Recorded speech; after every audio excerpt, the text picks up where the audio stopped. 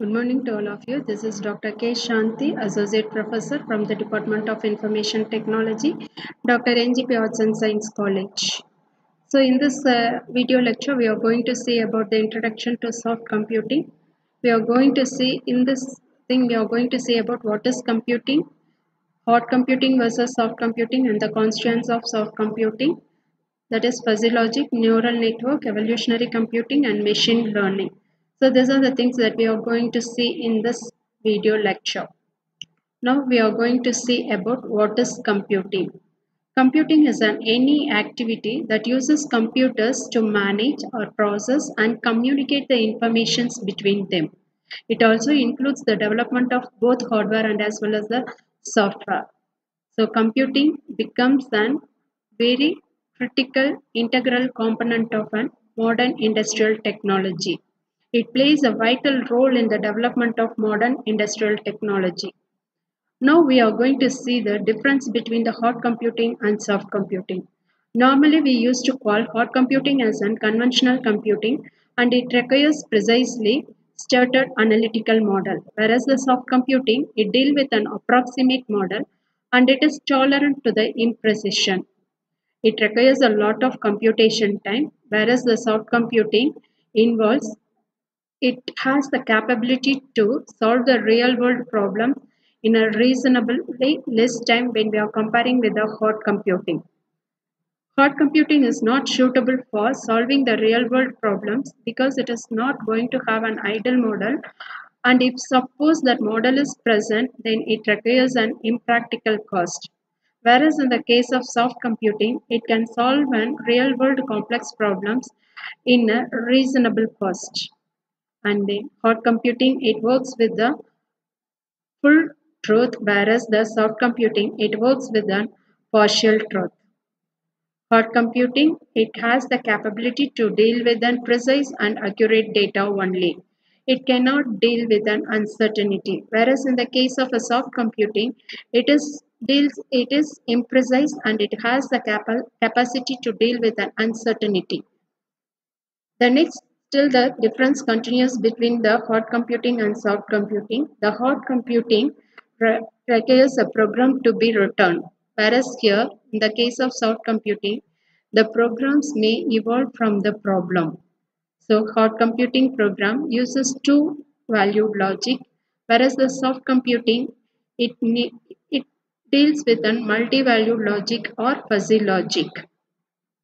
So the programs are deterministic in nature, which requires an exact input data and are strictly sequential. Whereas in the case of soft computing, it can deal with ambiguous and as well as the noisy data, and also it allows the parallel computations. Hard computing always produces an precise answers, whereas soft computing it produces the approximate answers. So these are the differences between the hard computing and soft computing. Next, we are going to learn about the constraints of the soft computing. So actually the tools or techniques that is involved in soft computing are fuzzy logic, neural networks, evolutionary computing, and machine learning. So apart from this, even support vector machines and probabilistic reasoning is also involved in the soft computing. First, we are going to see about the fuzzy logic.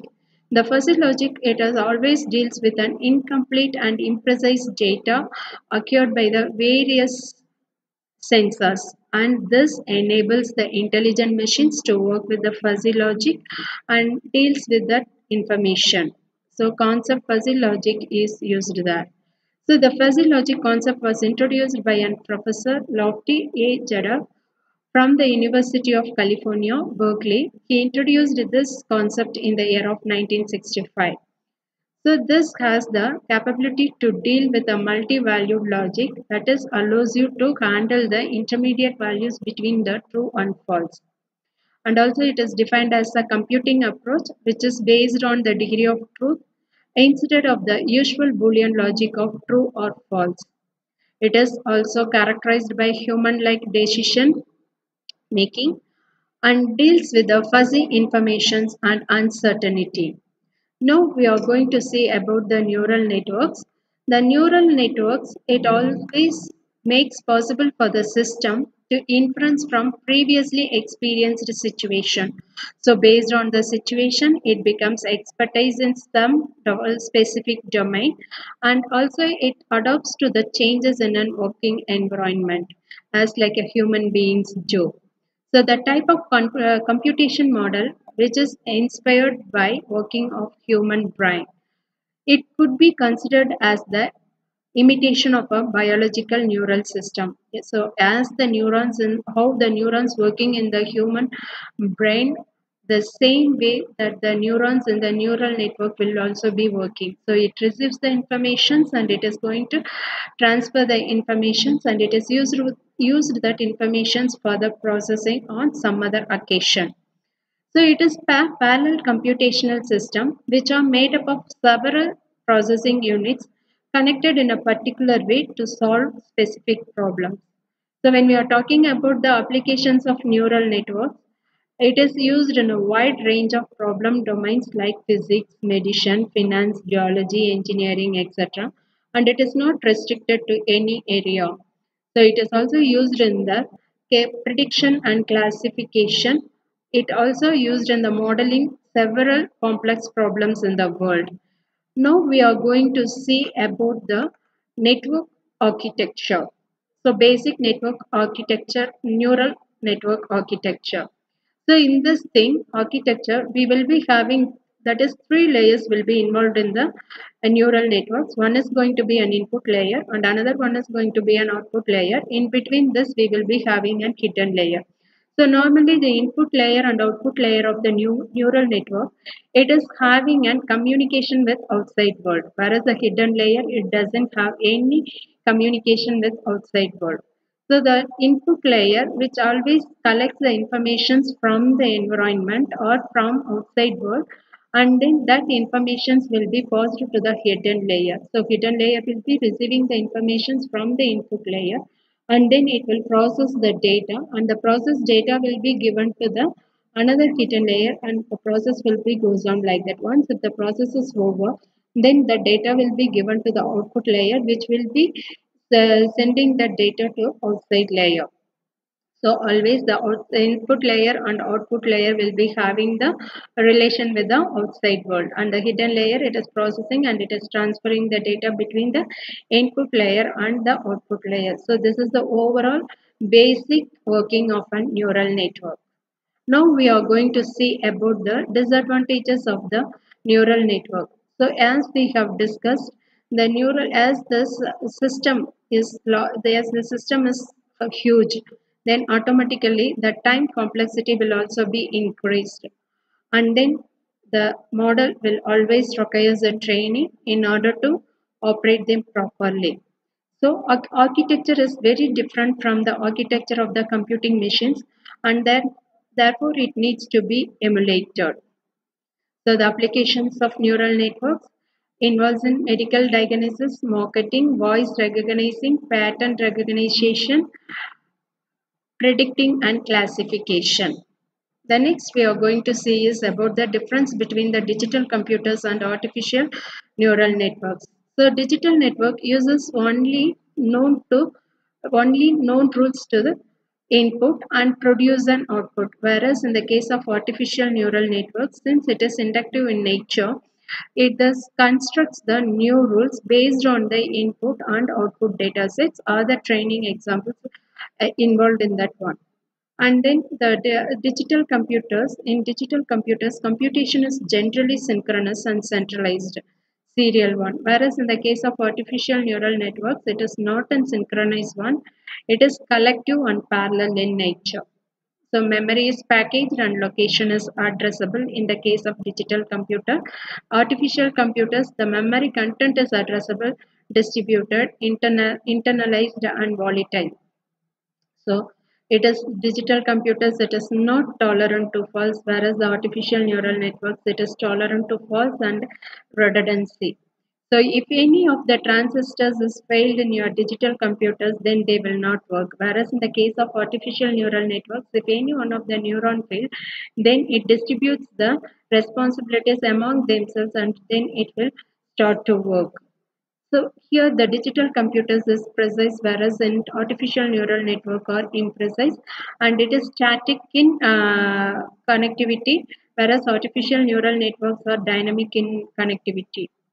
So this digital computers is applicable only if a well-defined set of rules with precise input data is available. Whereas in the case of artificial neural network, it is applicable even if the set of rules are unknown or it is complicated. And also it is applicable to it has the capability to handle the data of imprecise. Next, the thing we are going to see is about evolutionary computing. So, evolutionary computing is characterized by the ability to learn to do better and the use of concepts like social behavior and collective intelligence to solve certain class of problems in an efficient manner. So here it collects the information from the environment and it will be utilizing to predict to give an efficient result. So evolutionary computing is a collection of nature-inspired heuristic optimization techniques and also involves meta-heuristic optimization algorithms. It includes the algorithms like genetic algorithm, genetic programming, evolution, strategic, evolutionary algorithm, intelligence, swarm intelligence, and colony optimizations, particle swarm optimizations, and so on. So this evolutionary algorithm, this is used to search for an optimal solution to the problem. You will be having a number of solutions for that problem, but the thing is we have to find the best solution from that one. So in a fixed amount of time population based algorithm. So the evolutionary algorithm subset EZ involves techniques inspired by a biological evolution such as reproduction, mutation, recombination, natural selections, and survival of the fittest. Now we are going to say about the machine learning. So machine learning always imitates the quality of living being and it acquires the knowledge from the environment based on the environment and it gains the knowledge to understand and experience. So based on the performance, it will improve the so based on the repetitive learning, it will improve the performance of the system. The difference between the human and machine learning. In the machine learning, whenever there is a change made in anything like a structure, program, or data, whatever may be, the improvement is expected. So the computer can store and manage or manipulate a huge data which can reflect the human thinking. The next we are going to see is about the machine learning models. So the machine learning models, it will allows the computer to learn as the human being are learning and it from the environment and perform accurately on new and unseen problems. So after learning from the past data of similar problems, it will generate a solution. So characteristics of machine learning and training the system using an efficient algorithm to solve optimization problem with massive amount of data. So in the form of an past experience. So the trained model for unseen problem and improve the performance over the period of time. We are going to see the term. Actually, the machine learning is categorized into two types of learning. One is going to be unsupervised learning and another one is going to be an unsupervised learning. Supervised learning is nothing but similar to that of learning under the supervision of the teacher. So here it will allows you to collect the data or produce the data output from the previous experiences. So let us have an example that you want to predict the time at what time that you will be reaching home. So once you will, so whenever you want to predict the time, then you have to feed the input that is sourced and then you have to feed the output also. So that is the destination. So here remaining, that is you have given the input and output, then automatically the remaining things will be considered by it itself because this will be considering the weather condition, time of the day, holiday, route chosen and maybe traffic, everything will be considered and it will calculate and give you the time of within how much time that you will be reaching your destination. So you can experience all these things by means of using your mobile apps also. Next, we are going to see an unsupervised learning. So, unsupervised learning is a machine learning. It finds all kind of unknown patterns in the data. So, it tries to collect the unknown patterns in data, and then based on that, it tries to find it tries to give you the solution. So, unsupervised method helps you to find features which can be useful for categorization, and it is also taken place in real time. For example, let us consider the baby and her family dog. She knows and identifies this dog. After a few weeks later, family friend brings along a dog and tries to play with the baby. The baby has not seen this dog earlier, but she recognizes that it is the dog. Who will she recognize means because of the pattern what she has learned from her pet dog. Because it has four legs, it has 2 ears, it has eyes, and etc. So this category makes her to decide that it is a dog. So this is an unsupervised learning which you are not taught but you are learning from the data. So this thing, that is the application of this is it can be used in the signal processing, handwriting recognition, quality management and assurance, pattern recognition, forecasting applications, natural language processing, robotics, speech recognition and image processing, computer networks and information security, etc. Thank you. Thank you for your patient listening.